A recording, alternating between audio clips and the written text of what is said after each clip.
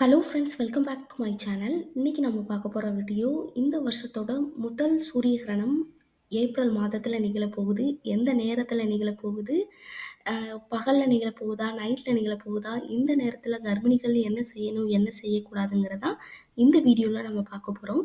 வீடியோவை ஸ்கிப் பண்ணாமல் முழுசாக பாருங்கள், அப்போ தான் உங்களால் எல்லாத்தையும் தெரிஞ்சுக்க முடியும். நம்மளோட சேனலை முதல் முறையாக பார்க்குறவங்களா இருந்தீங்கன்னா சப்ஸ்கிரைப் பண்ணிட்டு பாருங்கள், அப்போ தான் நான் போடுற யூஸ்ஃபுல்லான வீடியோ உங்களுக்கு நோட்டிஃபிகேஷனாக வரும். இந்த வருஷத்தோட முதல் சூரிய கிரகணம் ஏப்ரல் 8ஆம் தேதி நிகழப்போகுது. எந்த நேரத்தில் இந்த கிரகணம் நிகழப்போகுதுன்னா, பகல் 12:12க்கு நிகழ்ந்துட்டு, அதாவது ஏப்ரல் அதே அ ப அன்னைக்கு நைட்டு தான் முடியுது. அதாவது நைட்டு 2:12க்கு தான் இந்த கிரகணம் வந்து முடியுது. ஸோ, இந்த நேரத்தில் கர்ப்பிணிகள் என்ன செய்யணும், என்ன செய்யக்கூடாதுங்கிறத நம்ம வீடியோவில் நம்ம பார்க்க போகிறோம். நார்மலாக கிரகணம் நிகழும் பொழுது கர்ப்பிணிகளுக்கோ, வயிற்றில் வளரும் குழந்தைக்கோ எந்த பாதிப்பும் கிடையாது. இருந்தாலும் நம்ம பாதுகாப்பா இருக்கிறது ரொம்பவே நல்லது. அந்த கிரகணம் நிகழும் பொழுது ரொம்ப ஹெவியான உணவுகள் வந்து நம்ம எடுத்துக்கொள்ளக்கூடாதுன்னு சொல்லுவாங்க. அதுவும் அசைவ உணவுகள் வந்து எடுத்துக்கொள்ளாமல் இருக்கிறது ரொம்பவே நல்லது. நார்மலாவே கர்ப்பிணிகள் வந்து ரொம்ப ஹெவியான உணவு எடுத்துக்கொள்ளும் பொழுது அவங்களுக்கு வந்து அப்படியே பசிக்கிறது வந்து ரொம்ப கம்மியாகும். செரிமான பிரச்சனைகள் வந்து அதிகமா உருவாகும். அதுவும் கிரகண நேரத்தில ரொம்ப அதிகமான நான்வெஜ்கள வந்து, அதாவது அசைவ உணவுகள எடுத்துக்கொள்ளும் பொழுது உங்களுக்கு அந்த செரிமான பிரச்சனைகள் வந்து அதிகமாக உருவாகும்னு சொல்லியிருக்காங்க. ரொம்ப வெளியில, ஏன்னா இது வந்து பகல்ல தான் நிகழப்போகுது. அதுவும் 2 மணிக்கு ஆரம்பிக்கிறதுனால, ஒரு 1 மணி நேரத்துக்கு முன்னாடியே நீங்க வெளியில எங்கேயாவது போகணும்னா கூட வெளியில போயிட்டு வந்து வரலாம். எந்த ப்ராப்ளமும் கிடையாது. அந்த கிரகணம் நிகழும் அந்த நேரத்தில மட்டும், அதுவும் அந்த வெயில் நேரத்தில மட்டும் வெளியில போறத வந்து தவிர்த்துக் கொள்ளுங்கன்னு சொல்லுவாங்க. அதுவும் நம்ம வந்து ஹாஸ்பிட்டல் போகணும்னா போகலாம். ஒரு சிலர் வந்து வெளியில பர்ச்சேஸ் பண்ணணும், ட்ரெஸ் எடுக்கணும், ஒரு காய்கறி வாங்கணுங்கிறத மட்டும் தவிர்த்துக் கொள்றது ரொம்பவே நல்லது. ரொம்ப அன்னைக்கு கிரகணம் நிகழும் அன்னைக்கு வெளியில ரொம்ப லாங் ட்ராவல் பண்ணுறதையும் தவிர்த்துக் கொள்றது ரொம்பவே நல்லது. நார்மலாவே கர்ப்பிணிகள் வந்து ஒரு 5 மாதங்களுக்கு அடுத்தே ரொம்ப லாங் ட்ராவல் பண்ணாதீங்க. அவங்க இருக்கிற ஹாஸ்பிட்டலுக்கு பக்கத்துல போயிட்டு வர்ற மாதிரி தான் ட்ராவல் பண்ணுங்கன்னு சொல்லுவாங்க. ரொம்ப ஃபுல் டைம் ட்ராவல் பண்ணுறதோ, ஒரு மேக்ஸிமம் 3 ஹவர்ஸ்க்கு மேல ட்ராவல் பண்ணுறதையே, அதுவும் கிரகணம் அன்னைக்கு ட்ராவல் பண்ணுறத வந்து தவிர்த்துக்கொள்றது ரொம்பவே நல்லது. ரொம்ப ஷார்ப்பான கத்தி வந்து யூஸ் பண்ணக்கூடாது. ரொம்ப வெயிட்டான பொருட்கள் வந்து தூக்கக்கூடாதுன்னு சொல்லுவாங்க. அந்த கிரகண நேரத்தில டிவி பார்க்கலாமா, தண்ணீர் குடிக்கலாமான்லாம் ஒரு சிலருக்கு டவுட் வரும். டிவி பார்க்கலாம், தண்ணீர் வந்து தாராளமா குடிக்கலாம், எந்த ப்ராப்ளமும் கிடையாது.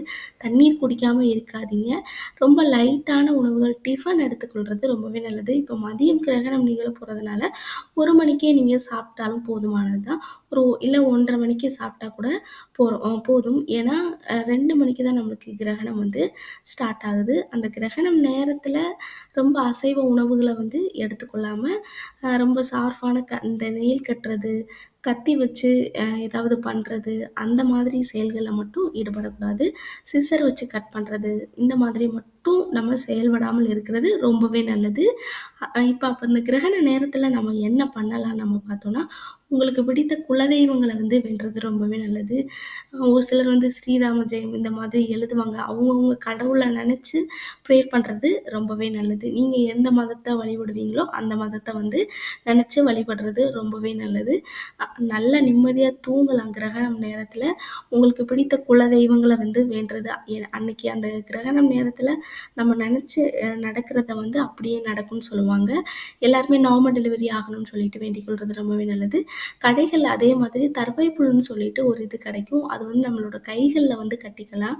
அல்லது நம்ம தலைக்கு கீழ வச்சு படுக்கிறது ரொம்பவே நல்லது.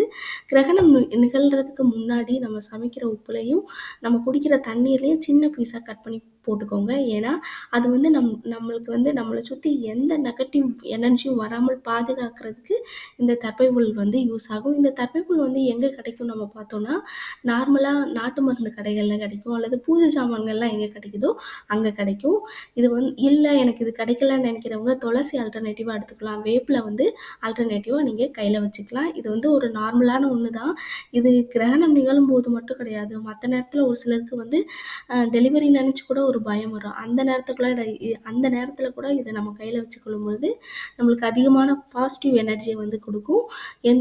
நம்மள சுத்தி எந்த நெகட்டிவ் எனர்ஜியும் வராமல் பாதுகாக்கும்.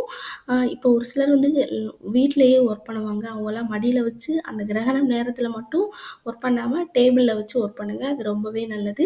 ஓகே ஃப்ரெண்ட்ஸ், இந்த வீடியோ உங்களுக்கு ரொம்பவே யூஸ்ஃபுல்லா இருக்கும்னு நினைக்கிறேன். இந்த வீடியோ பிடிச்சிருந்ததுன்னா லைக் பண்ணுங்க, ஷேர் பண்ணுங்க, கமெண்ட் பண்ணுங்க. மறக்காம சப்ஸ்கிரைப் பண்ணி